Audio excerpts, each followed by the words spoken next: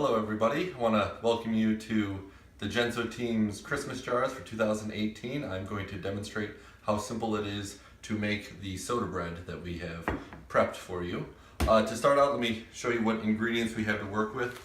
You have the jar of ingredients plus the bag of wheat germ, and then all you need at home is a little pint of buttermilk. I like the Guernsey stuff at Meyer.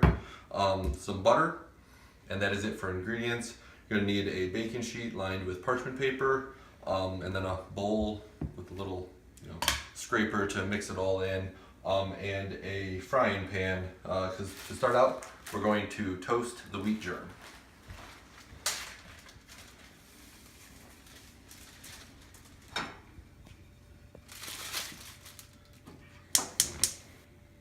On medium heat, give or take. This is going to be only for a minute or two. We're going to preheat the oven to 400, and by the time it's preheated, the bread should be ready to go in the oven. Alright, so while the wheat germ is preheating, let me tell you what's in the jar if you wanted to make it again at home. You have 10 ounces of all-purpose flour, 8 1/4 ounce of whole wheat flour, 1 1/2 teaspoons of salt, a teaspoon of baking soda, a teaspoon of baking powder, and 2 tablespoons of sugar. So it's pretty straightforward ingredients you probably have at home. So we're going to first just dump out all the ingredients into this.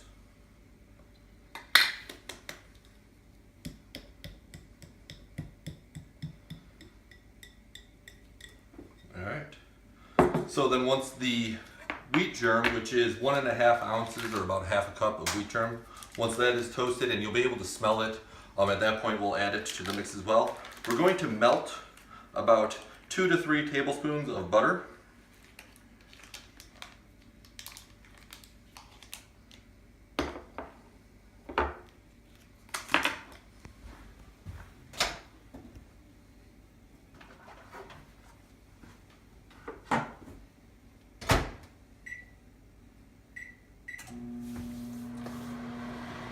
And then, now a pint of buttermilk is 16 ounces. We only need 14 ounces, so we're going to hold back about 1/8 of it. But yeah, so once we have the butter, let's do another 10 seconds. Let's check on the wheat germ. Getting to be there.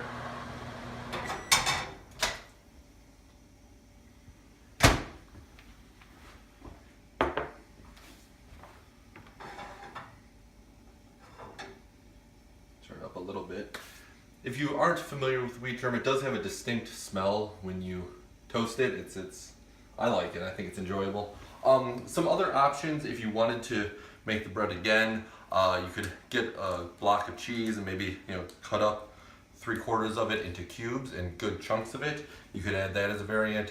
You could add some chives with that, or maybe some spices like cayenne pepper, a teaspoon or 2, or chili pepper.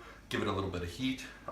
There's a lot of different ways to make this bread more flavorful, but this is a very good base for a soda bread.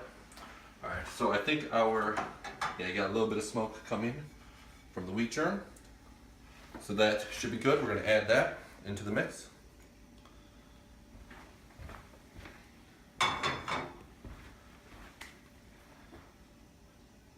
Just mix it around a little bit.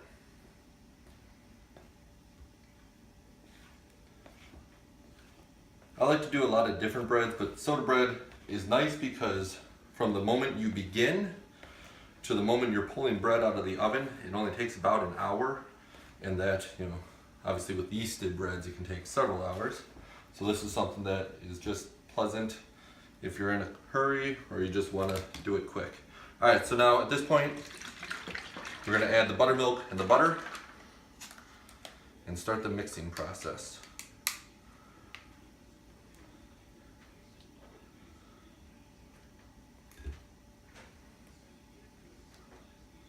Alright, should be good right around there. Get the butter.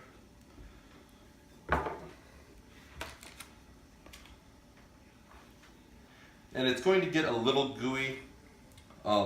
With soda bread, you don't work it nearly as much as a yeasted bread. You don't need to knead it, for a long period of time. You're only going to use your hands for about 30 seconds or a minute.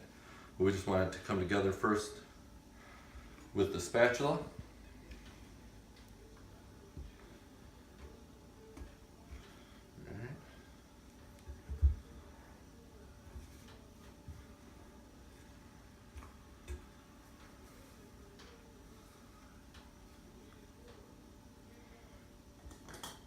Alright, get hands dirty. It's going to be a shaggy, sticky mess, but it will come together without much kneading at all.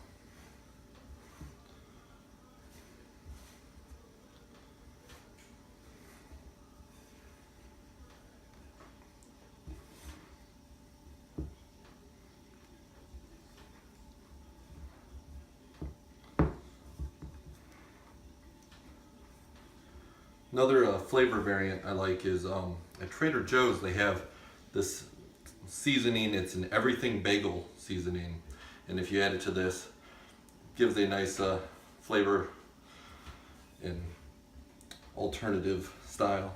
Alright, so getting to be just about there. This bread is going to look different than a regular loaf of bread, but yeah, once you got it into a decent ball.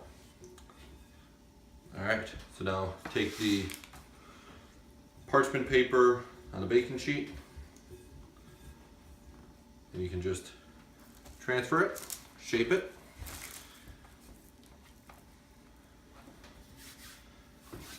And then take whether you have a dough cutter or a spatula, you're gonna do quarters, and you're actually gonna go through almost all the way through down to the bottom. Because what it does is it allows the heat to penetrate through and really make sure that the interior will be cooked at the end. So you can open up a little bit. And so yeah, actually we beat the oven in preheating. So we're gonna stop it here and then we'll show you what it's like. We're gonna put it in the oven for about 45 to 50 minutes, turning it halfway through. We'll show you what it looks like when you pull it out of the oven. It's going to be a nice dark brown bread, and yeah, we'll take it from there. Alright, so it has been 50 minutes. Let us take a look at our bread.